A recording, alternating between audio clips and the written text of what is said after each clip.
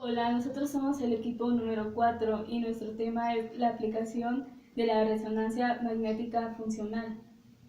Está conformado por Luis, Gris, Devani, Jessie y yo, Teresa. Caso clínico.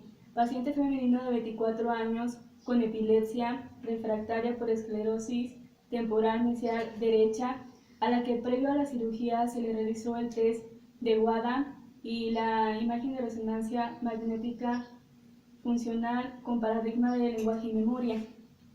La epilepsia refractaria es cuando las crisis epilépticas son tan frecuentes que limitan la habilidad del paciente para vivir plenamente, acorde con sus deseos y capacidad mental y física, o cuando el tratamiento anticonvulsivante no controla las crisis o sus efectos secundarios.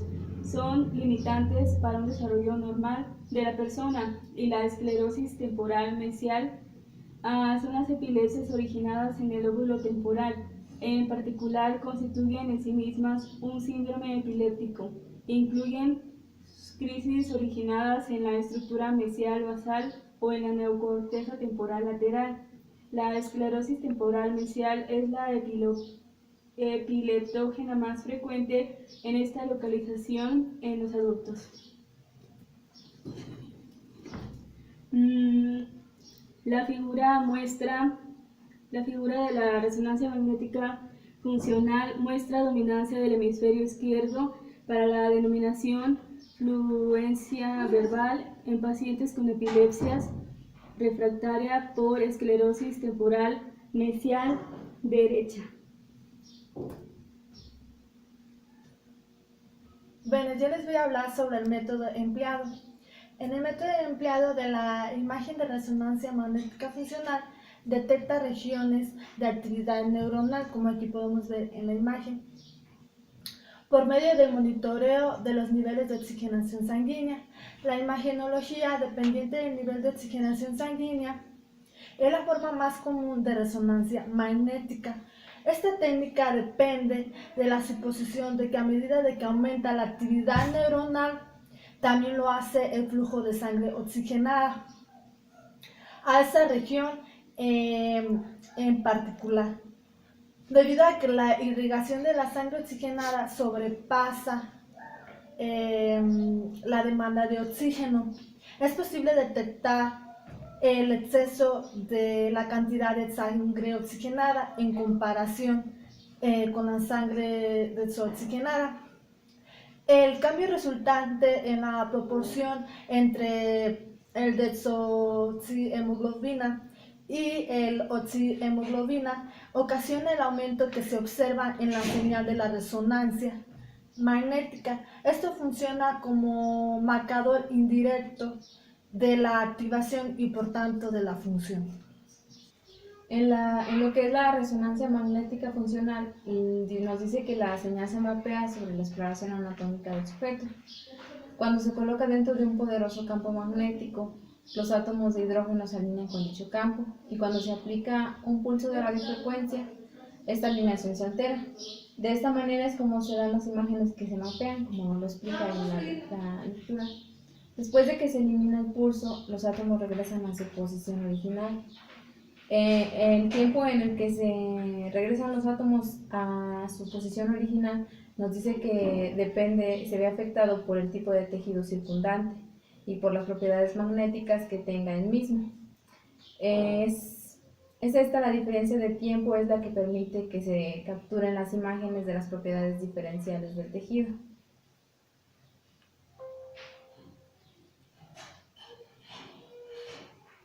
La imagen de resonancia magnética nos dice que su función no es invasiva y es segura.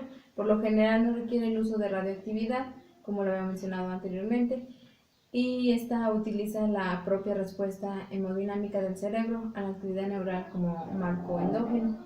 Bueno, con decirnos que la imagen de resonancia magnética no es invasiva, es porque la persona solamente al entrar ahí se toman como fotografías, pero en ningún momento se requiere de tener contacto con él. En la práctica clínica, lo que es la imagen de resonancia magnética funcional se utiliza para localizar lo que son las funciones en personas que padecen de tumores o algunas epilepsias, y en este caso que son candidatos a algún tipo de cirugía. Como ya explicó mi compañera, la resonancia magnética funcional permite que se lleven a cabo mapeos de las funciones cognitivas motoras a fin de identificar las regiones que deben de evitarse y las funciones que posiblemente estén en riesgo a causa de la cirugía, que en este caso es por epilepsia. Por lo general, antes de que se sometan a cirugía a los pacientes, por esto mismo de la epilepsia, se examinan los pacientes a fin de determinar el hemisferio dominante del lenguaje, como fue la aplicación del caso clínico del que se está hablando.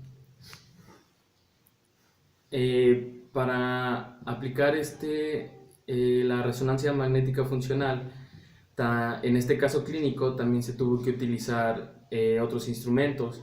En este caso se aplicó también el test de WADA.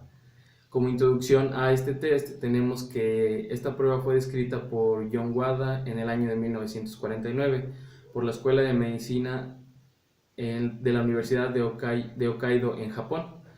Esta fue para lateralizar el lenguaje en pacientes que iban a ser tratados con terapia electroconvulsiva. En el año de 1962, Brenda Milner y colaboradores del Instituto Neurológico de Montreal extendieron el uso de este test para incluir la evaluación de las funciones de la memoria, con el fin de predecir y por tanto reducir la incidencia de la amnesia postquirúrgica tras la lobectomía temporal de pacientes en cirugía de epilepsia.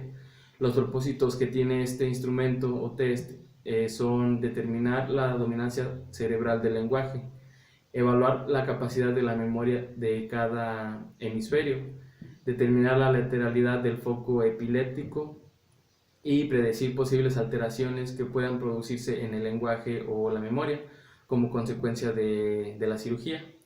El procedimiento que lleva este instrumento consiste en anestesiar temporalmente con una inyección intracarotídea de amobarbial los hemisferios cerebrales, primero uno y luego el otro, permitiendo así evaluar la relativa contribución de cada lóbulo temporal en las funciones del lenguaje y de la memoria. Aquí, como se puede observar, se introduce la inyección intracarotídea de primero en un hemisferio y luego en otro, y los resultados se pueden observar en la resonancia magnética funcional, que da una imagen, como se puede observar aquí. Sería el hemisferio derecho el que tiene dominancia. Bueno, yo les voy a hablar de los resultados obtenidos después de que se aplicó esta prueba. Dice que los resultados mostraron la dominancia del hemisferio izquierdo para el lenguaje y el renacimiento de la memoria. Por eso aquí principalmente les pongo el hemisferio izquierdo, que fueron con más alto nivel en el lenguaje y en el pensamiento de la memoria. También dice que entre ambos hemisferios cerebrales no se observaron diferencias significativas. Sin embargo, el paciente presentó un desempeño amnésico levemente superior al funcionamiento del hemisferio izquierdo. Bueno, esto quiere decir que el paciente con epilepsia mostró epilepsia, pero en este caso el paciente sí era consciente de su epilepsia, o sea que estaba teniendo los ataques de epilepsia. Aquí nos dice que los resultados de la aplicación de la resonancia magnética funcional, que se abrevia FMR, muestran la dominancia del hemisferio izquierdo para la dominación fluencial verbal y fluencial semática de la memoria. El mapa de la activación es frontal, bilateral y predominio izquierdo. Bueno, dice que el hemisferio izquierdo es el que muestra mejor dominancia, pues es el encargado aquí de la memoria, del lenguaje y la influencia semántica también la influencia verbal.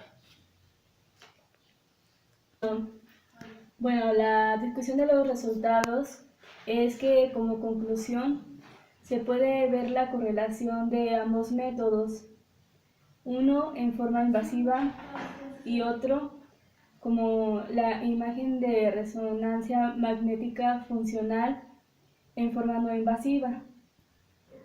A los 2 meses de realizada la cirugía, se efectúa nuevamente otra imagen de resonancia magnética funcional y se puede observar que el mapa de activación correspondiente al área de la fluencia verbal se ha conservado, coincidiendo con la clínica del paciente, dado que no presenta déficit post-quirúrgico del lenguaje.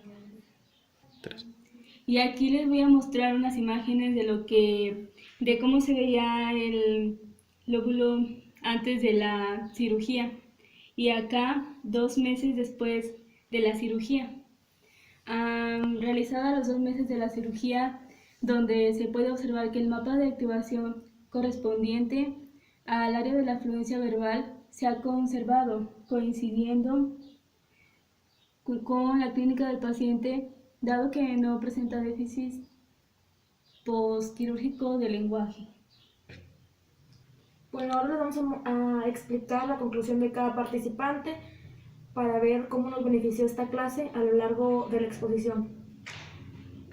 En lo personal, creo que este caso fue algo muy interesante, pues pudimos ver después a una persona con epilepsia aplicándole la prueba antes de que tuviera epilepsia y después de que tuviera epilepsia, y pudimos ver resultados positivos, ya que a estas personas que se les aplicaba la prueba, tenían epilepsia, pero antes no eran conscientes de ella, y ahora con la aplicación de esta prueba tenían epilepsia conscientes de ella. No perdían la memoria ni caían desmayados, sino que sabían que estaban teniendo una crisis epiléptica. Bueno, como conclusión personal acerca de este caso clínico, creo que es de suma importancia la resonancia magnética funcional, ya que al ser un método no invasivo, creo que pues es más benéfico para los pacientes. También creo que es muy importante y satisfactorio saber que se puede, digamos, que tiene correlación con algunos otros métodos, como en este caso que se utilizó un test de GUAVA, que es invasivo y digamos juntos los dos trabajan de una manera digamos benéfica, ya que el test de WADA lo que hace es, digamos, dar una mejor visión al momento de dar la imagen en la resonancia magnética funcional. Podemos rescatar de que esta prueba también pues, es muy importante en el ámbito clínico, ya que pues mencionaba el tema que ayuda a localizar lo que son las funciones que se ven afectadas cuando la persona tiene algún tumor o que padece de epilepsia, como ya lo mencionaron antes, o que igual se va a someter a alguna cirugía, entonces ayuda para saber dónde están esas funciones y saber en qué se va a enfocar la cirugía. Bueno, mi conclusión sería que la imagen la imagen de resonancia magnética funcional puede detectar regiones de actividad neuronal por medio del monitoreo de los niveles de oxigenación sanguínea, y gracias a esto podemos darnos cuenta de los problemas que existen, por ejemplo, la epilepsia. Pueden ser detectados gracias a este método. Desde el punto de vista quirúrgico, esta evaluación nos aporta información que va a influir en parte a la hora de planear táctica y técnica quirúrgica en función del grado de compromiso previo de las estructuras involucradas. Permite brindarle a cada paciente información con mayor certeza de los potenciales de riesgo y benéficos que brinda el procedimiento al realizarse. ¿Cómo se realiza un estudio de resonancia magnética?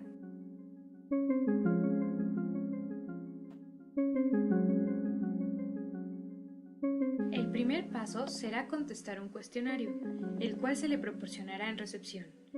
Este tiene por objetivo identificar si usted es candidato al examen médico de resonancia magnética.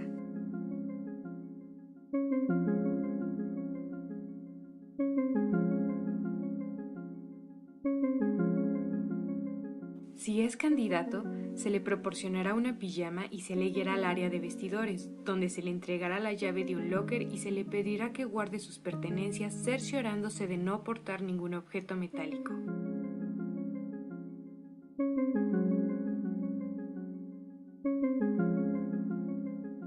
En el caso de las mujeres, no podrán ingresar con sostén si éste posee varillas metálicas. Es importante que siga las indicaciones del personal autorizado y no introduzca en el área objetos como monedas, teléfonos celulares, llaves, aretes, tarjetas con banda magnética o chip y otros. Si usted se siente nervioso para realizarse el estudio, puede pedirle a alguien de su confianza que lo acompañe en el procedimiento. En este caso, no es necesario que el acompañante porte la pijama, pero tendrá que guardar sus pertenencias en el locker para evitar introducir objetos metálicos. Posteriormente, se le guiará al cuarto de resonancia donde será atendido por nuestro personal técnico. Se recostará en una camilla de forma cómoda y dependiendo del área del cuerpo a estudiar se le indicará la posición. Es importante que durante el estudio se mantenga quieto, debido a que el movimiento puede dañar la calidad de la imagen. Se le proporcionará un botón llamado botón de pánico, el cual podrá oprimir en caso de desear detener el estudio. Durante el estudio, portará unas orejeras que evitan que los sonidos fuertes producidos por el resonador puedan lastimarle. El acompañante también tendrá que portarlas. Estos sonidos son totalmente normales y se presentan en forma de golpeteos.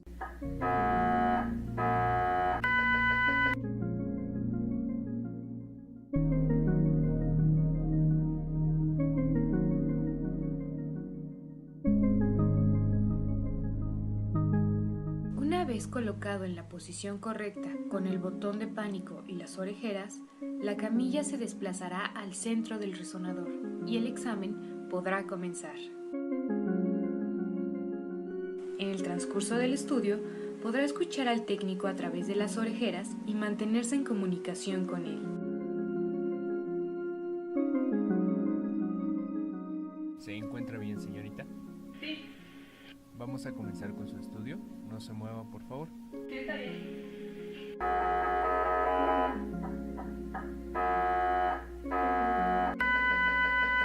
Esta comunicación nos permitirá monitorear su tranquilidad y con ello su bienestar.